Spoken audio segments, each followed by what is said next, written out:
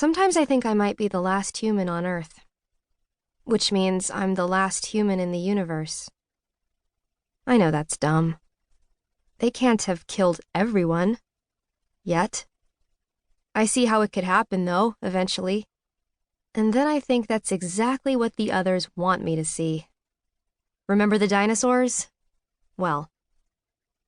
So I'm probably not the last human on Earth, but I'm one of the last.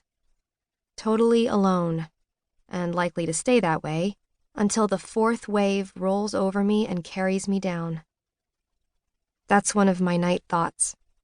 You know, the 3 a.m, oh my god, I'm screwed thoughts. When I curl into a little ball, so scared I can't close my eyes, drowning in fear so intense, I have to remind myself to breathe, will my heart to keep beating.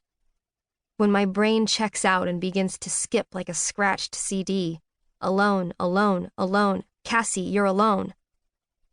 That's my name, Cassie.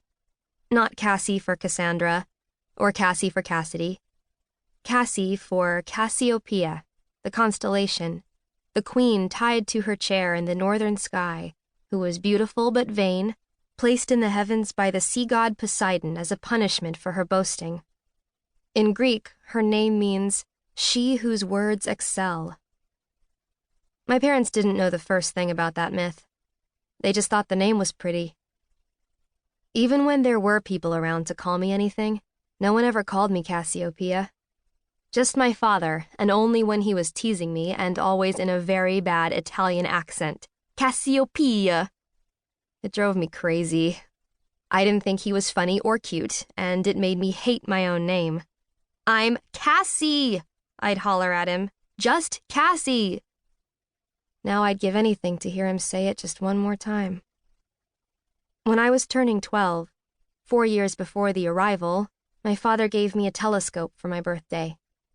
On a crisp, clear fall evening, he set it up in the backyard and showed me the constellation. See how it looks like a W? He asked. Why did they name it Cassiopeia if it's shaped like a W? I replied. W for what? Well, I don't know that it's for anything, he answered with a smile. Mom always told him it was his best feature, so he trotted it out a lot, especially after he started going bald. You know, to drag the other person's eyes downward. So it's for anything you like. How about wonderful, or winsome, or wise? He dropped his hand on my shoulder as I squinted through the lens at the 5 stars burning over 50 light years from the spot on which we stood. I could feel my father's breath against my cheek, warm and moist in the cool, dry autumn air. His breath so close. The stars of Cassiopeia so very far away. The stars seem a lot closer now. Closer than the 300 trillion miles that separate us. Close enough to touch. For me to touch them. For them to touch me. They're as close to me as his breath had been. That sounds crazy.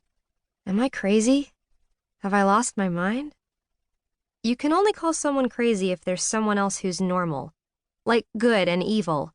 If everything was good, then nothing would be good. Whoa.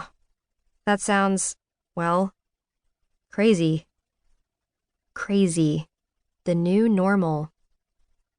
I guess I could call myself crazy since there is one other person I can compare myself to. Me. Not the me I am now, shivering in a tent deep in the woods, too afraid to even poke her head from the sleeping bag. Not this Cassie.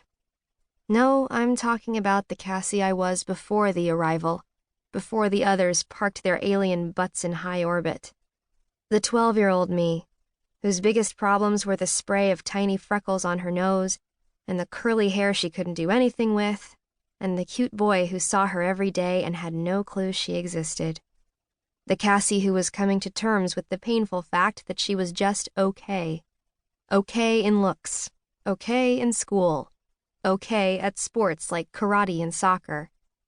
Basically, the only unique things about her were the weird name.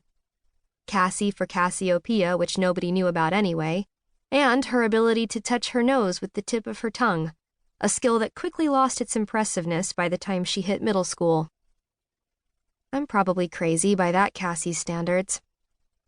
And she sure is crazy by mine.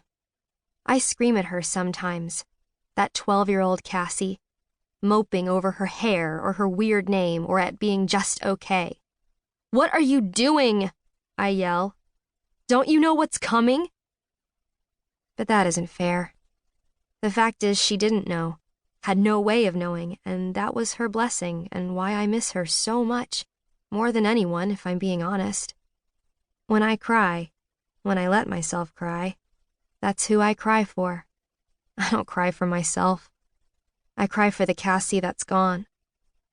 And I wonder what that Cassie would think of me. The Cassie who kills.